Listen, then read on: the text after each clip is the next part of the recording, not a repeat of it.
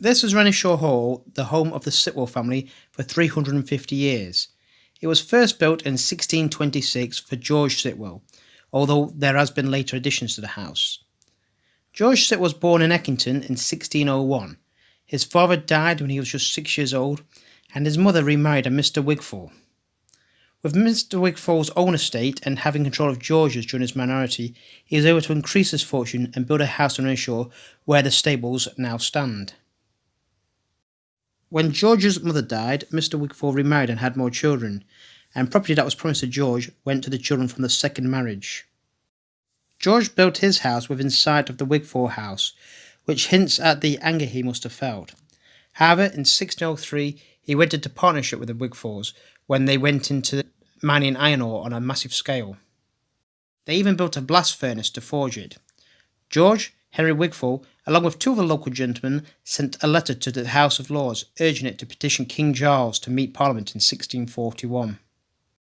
During the Civil War, George let Royalist troops garrison Renishaw, but after the royal defeat at Marston Moor, he was able to secure protection from Lord Fairfax that he would not be plundered or pillaged or anyway injured. George was even serving as High Sheriff during Cromwell's protectorship, yet it seems his loyalty to the new regime was influenced by self-preservation. George became the biggest manufacturer of nails, and during the winter of 1661-1662, his furnaces produced 1,181 tons of sole iron, which at that time the annual production was no more than 10,000. George died in 1667, and his heir Francis inherited the estate, along with the forges and collieries. He married Catherine Checheverel and had 3 sons and 3 daughters. However, he died in 1671, and the estate passed to his eldest son George, who married another Derbyshire heiress called Anne Kent. He did some changes at Renishaw, including changing the windows to sash windows, building a new stable block and coach house, and adding over 1,000 books to the library. George was a supporter of the Whig Party, so much so that he was one of the gentlemen who escorted the 4th Earl of Devonshire to Nottingham to show support for William III's bid to replace James II, the Earl being one of the Immortal Seven who invited William over. George let out Renishaw Hall and lived in London for nearly a decade from 1697. The family referred to him as Mr. Justice Sitwell after he became a magistrate in 1693. During the Jacobite Rising in 1715, he brought weapons and ammunition to arm his tenants, but they were never needed. George died in 1723. The estate passed to his son Francis, who made changes to the hall and garden, and enlarged it by buying a nearby hall and manor. Francis nor his brothers married, so when he died in 1753, the estate passed to William, a nephew of Mr. Justice Sitwell. As a younger son of a younger son, William could never imagine that he would inherit the Renishaw estate. He ran the estate well, but made no changes. He died in 1776 and left a large fortune, some claimed as high as £500,000. The estate passed to his nephew, Francis Hurt, who was the son of his sister Catherine.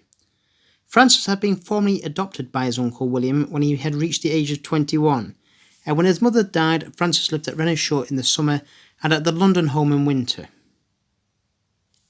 Unlike the members of the main Sitwell line, Francis was a secret Jacobite, although he never joined Bonnie Prince Charlie's failed uprising. He married the beauty of Bath, Mary Warneford. The couple moved into Renishaw Hall after the death of his uncle. He later changed his name to Sitwell, becoming Francis Hurt Sitwell. He had a new modern house built in Sheffield called Mount Pleasant, where he spent more time than at Renishaw. However, for some reason, he intended that Mount Pleasant should become a hospital after his death. It didn't. Instead, it was sold to a local wealthy businessman. Francis died in 1793, and the estate passed to his son, Sitwell Sitwell. The name Sitwell Sitwell may sound strange, but he was given the Christian name before his father changed the surname. Sitwell once hunted and killed an escaped tiger from a circus at Sheffield. He fell in love with Alice Park, the daughter of a Liverpool merchant, who he later married. He made extensive alterations to the hall and grounds.